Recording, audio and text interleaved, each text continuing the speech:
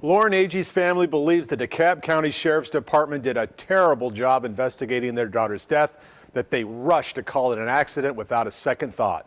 Now they were finally able to ask the lead investigator questions under oath. How did that go? See for yourself. When Lauren Agee was found dead in Center Hill Lake, the DeKalb County Sheriff's Department sent this man, Jeremy Taylor, to lead the investigation. After 2 months, Taylor finished his police report and determined Lauren Agee fell into Center Hill Lake and either died from the fall or drowned. The report was just 3 paragraphs long. The family answered by suing her camping friends for wrongful death: Aaron Lilly, Brix Gambrell, Hannah Palmer, Christopher Stout.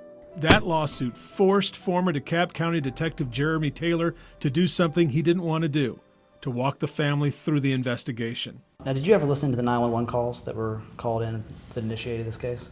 I didn't, no. Okay. Why not? I just didn't. Did you interview any of the people who had made those calls? No, I did not. Sitting here today, do you know when she was last seen alive? No, I don't. And there were houseboats, were there not, that were somewhat near this campsite that the individual has been at? There was at the dock. Yeah. Did you do anything to talk to them about what they may have seen the evening of Lauren's death? No, I didn't. Okay. Why not? I just didn't. Did you ever look for blood on the rocks at the bottom beneath the campsite?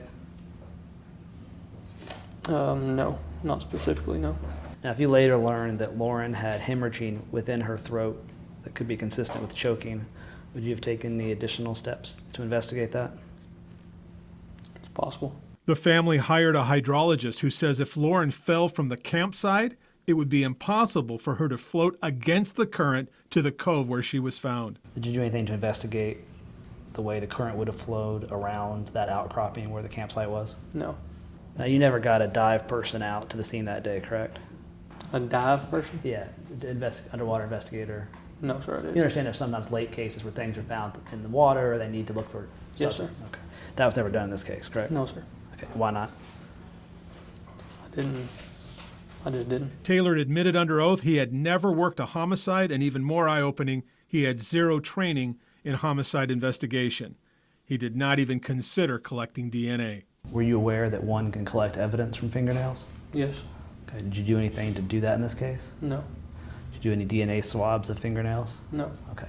He also admitted he didn't request a rape examination because Lauren was on her period.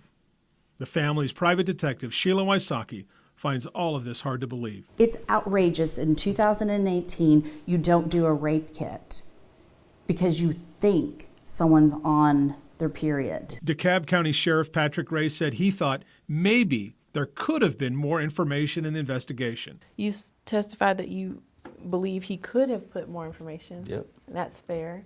Do you believe he should have put more information?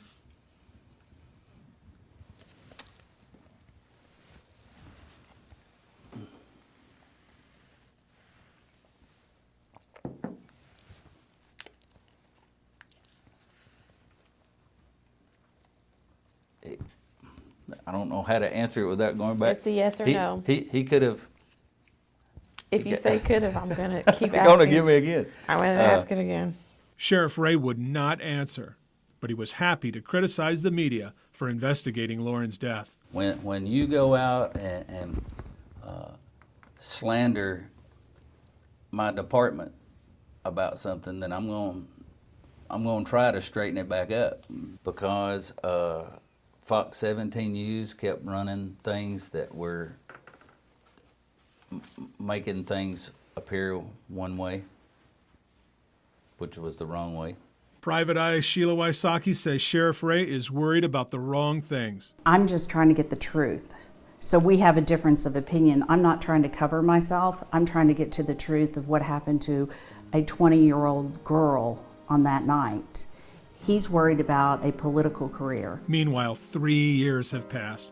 Sherry Smith spent all of the savings for Lauren's college and her wedding and some of her own retirement, yet she has never flinched. That is how I am still loving her, is I am trying to find out what happened to her. And I owe her that. I mean, she was my life.